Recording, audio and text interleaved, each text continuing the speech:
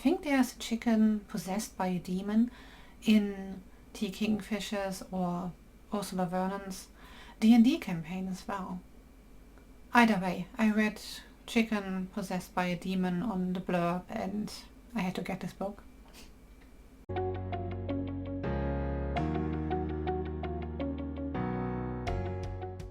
Hi folks, welcome back to my channel. I'm Kat and today I would like to talk about Nettle Bone by T. Kingfisher. Marra is the third daughter of the king and queen and is raised in a convent because she managed to ditch all royal responsibilities. After tragedy befalls her sisters, she realizes that no one is coming to save her and she has to do it herself. So she sets out to get rid of the source of all the misery for her family, the prince that her sister is married to. She seeks out a gravewitch to get the tools she needs for this, and after solving a couple of impossible tasks, not only the gravewitch but also a fairy godmother, a former knight, a magical pet and a chicken possessed by a demon join her on this journey to get rid of the tyrant. So the magical pet in the blurb is a dog made from bones. She creates that fairly early on in the story, and as soon as she's done it runs off into the forest and she's just like, okay, now I'm sad, I hoped I would get a pet. And I was sad too, but thankfully it only lasts for a couple of pages and then the dog returns. I was really fond of the characters.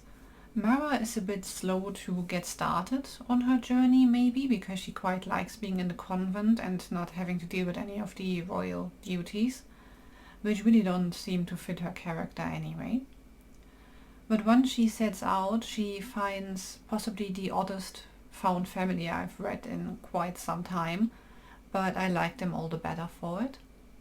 Since this features a bit of a love story as well, I have to say I'm quite happy how understated it was. Like, it is really a minor plot point and it never takes over from the more important stuff for Marra, like saving her family. Just like in the last book by T. Kingfisher that I've read, the author has a vivid imagination and really brings things to life on the page, and I really enjoyed the world she has built here.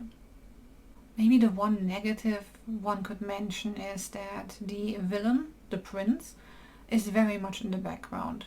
You see him, I think, twice. Does he even speak? That's a good question. Did he even get any dialogue? Well, not much, I think. But he's never actively working against Marra, if you will. He's just doing his thing and it's completely irrelevant to him that Marra exists in the first place. But while they are all working against him, he seems like very much like a background character that has little influence on the story, even though he's the big bad that Marra is trying to fight.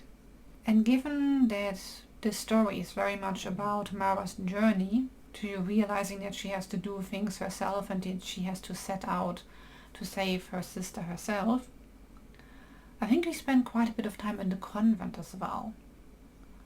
It doesn't really distract from the story, but I would have thought that maybe you spend more time on the road than seeing how Marra lived in the convent before. And it's nice to see that she's actually found friends in the convent and kindred souls, at least in the medic, if you will. I will keep this short again so I don't add too many spoilers or give too much away, but I like the characters, the story was great, the writing was good.